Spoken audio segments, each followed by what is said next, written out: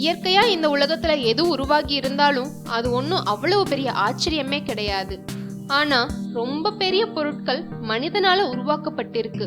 ஒவ்வொரு செங்கலா சிறு சிறு உருவமா உருவாக்கி பெரிய வியக்கத்தகு இடமா மாறி இருக்கு. அதையெல்லாம் பார்க்கும்போது மனிதனுடைய புத்தி கூர்மையும் அர்ப்பணிப்பு திறனும் தெரியும். மனிதனால உருவாக்கப்பட்ட மிகப்பெரிய வடிவமைப்புகளை பத்தி இந்த வீடியோல பார்க்கலாம். முதல்ல தி கிரேட் வால் ஆஃப் சைனா. 7ஆம் நூற்றாண்டுல சோதனைகள் மற்றும் ஆக்கிரமிப்புகள்ல இருந்து சீன பேரரசை காப்பாற்றுவதற்காக சின்ன சின்ன சுவர்கள் கட்டப்பட்டிருக்கு. நிறைய சின்ன சுவர்கள் கட்டப்பட்டுட்டே இருந்திருக்கு. நூற்றாண்டுகள் செல்ல செல்ல இந்த சின்ன சின்ன சுவர்கள் உலகத்தோட மிகப்பெரிய நீளமான சுவராக மாறி தி கிரேட் வால் ஆஃப் சைனான்னு பெயர் வாங்கி இருக்கு. அது மட்டும் இல்லாம சுவாரஸ்யமான கட்டிடக்கலைகள்ல ஒண்ணுன்னு வரலாற்றுல இடம் பெற்றிருக்கு. இதோட நீளம் 13,171 மைல்கள். கேட்கும் போதே ஆச்சரியமா இருக்கு. தி 3 கார்ஜஸ் டேம். 1919 வருஷம் யாங்சே ரிவர்ல டேம் கட்டுறத பத்தி ஆலோசிக்க ஆரம்பிச்சாங்க. இந்த ஆற்றோட பலம் அதிகமா இருந்ததுனால இங்க தடுப்பு அணை கட்ட திட்டமிட்டு பல போரால கட்ட முடியாமலே இருந்திருக்கு. அது மட்டும் இல்லாம இங்க ஏற்பட்ட வெள்ளமும் இந்த ஐடியாவை கிடப்புல போட்டிருக்கு. இறுதியா 1994ல இந்த டேம் கட்ட ஆரம்பிச்சிருக்காங்க. அதுக்கப்புறம் இது உலகத்தோட மிகப்பெரிய டேமா மாறி இருக்கு. இதோட மொத்த எடை 34 மில்லியன் மெட்ரிக் டன்ஸ் மற்றும் இத கட்ட பயன்படுத்திய ஸ்டீலை வச்சு 63 ஈஃபில் டவரை கட்டி இருக்கலாம். அடுத்தது new century global center. 18 million square feet அளவுல இதை அமைச்சிருக்காங்க.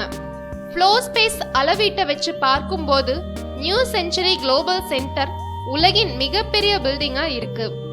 இது Tianfu new area of Chengdu சைனால இருக்கு. இந்த பில்டிங்ல shopping mall, theatre, water park, hotel, church, ice skating, office ஸ்பேஸ்னு இன்னும் சுவாரஸ்யமான பல இடங்கள் இங்க இருக்கு. ரொம்ப பெரிய மற்றும் குறிப்பிட்டு சொல்லக்கூடியதுன்னு பார்த்தா 54,000 ஸ்கொயர் ஃபீட் அளவுல மணல் பீச்சும் இண்டோர் ஸ்விம்மிங் பூலும் இருக்கு. அங்க எழுதியிருக்க slogan the one of everything. இந்த இடத்தை பத்தி கேட்கும் போதே பார்க்கிறதுக்கு ரொம்ப ஆர்வமா இருக்கு. அடுத்து சப்மரைன் கம்யூனிகேஷன் கேபிள்ஸ்.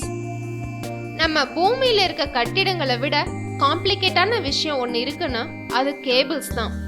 அதுலயும் மிகப்பெரிய ஒண்ணுன்னா அது சப்மரைன் கம்யூனிகேஷன் கேபிள் தான். இந்த சப்மரைன் கம்யூனிகேஷன் கேபிள் தரையிலிருந்து வாட்டர் பாடிஸ்ல சிக்னல் ரிசீவ் பண்ணி கம்யூனிகேட் பண்ண உதவுது. டெலிஃபோன், இன்டர்நெட் டிராஃபிக் போல அங்கேயும் டிஜிட்டல் டேட்டாவை ரிசீவ் பண்ண ஹெல்ப் பண்ணுது. அண்டார்டிகாவை தவிர மற்ற எல்லா கான்டினென்ட்ஸ்லயும் இந்த கேபிள் கனெக்டடா இருக்கு.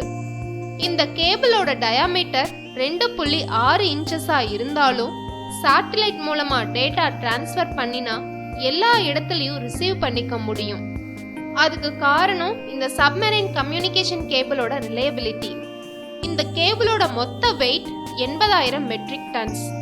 இதோட மொத்த நீளம் 24,000 miles. The Great Wall of சைனாவின் நீளத்துல 2 மடங்கு இது இருக்கு. இறுதியா ஏரியம். பெர்லினோட வெளிப்பகுதியில ஒரு இடம் தேர்ந்தெடுக்கப்பட்டு ஏர்ஷிப் ஹால் கட்டினாங்க. இது மிகப்பெரிய கட்டுமானமா இருந்தது. இதற்கு ஏரியம்னு பெயர் வச்சிருக்காங்க. இதோட கொள்ளளவை கணக்கிட்டு உலகின் மிகப்பெரிய பில்டிங்கா இதை கன்சிடர் பண்ணிருக்காங்க. இந்த ஏரியமை கட்ட ஒரு சின்ன சப்போர்ட்டிங் பில்லர் கூட பயன்படுத்தலைங்கிறது தான் குறிப்பிடப்பட வேண்டிய ஒரு விஷயம். இதை கட்டி முடிக்கிறதுக்குள்ள இந்த கம்பெனி திவாலாகி போயிருக்கு.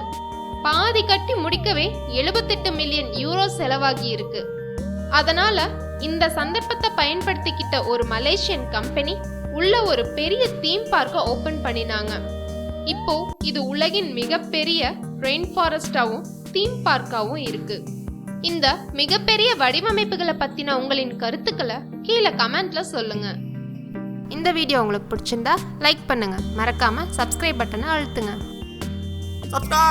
Subscribe!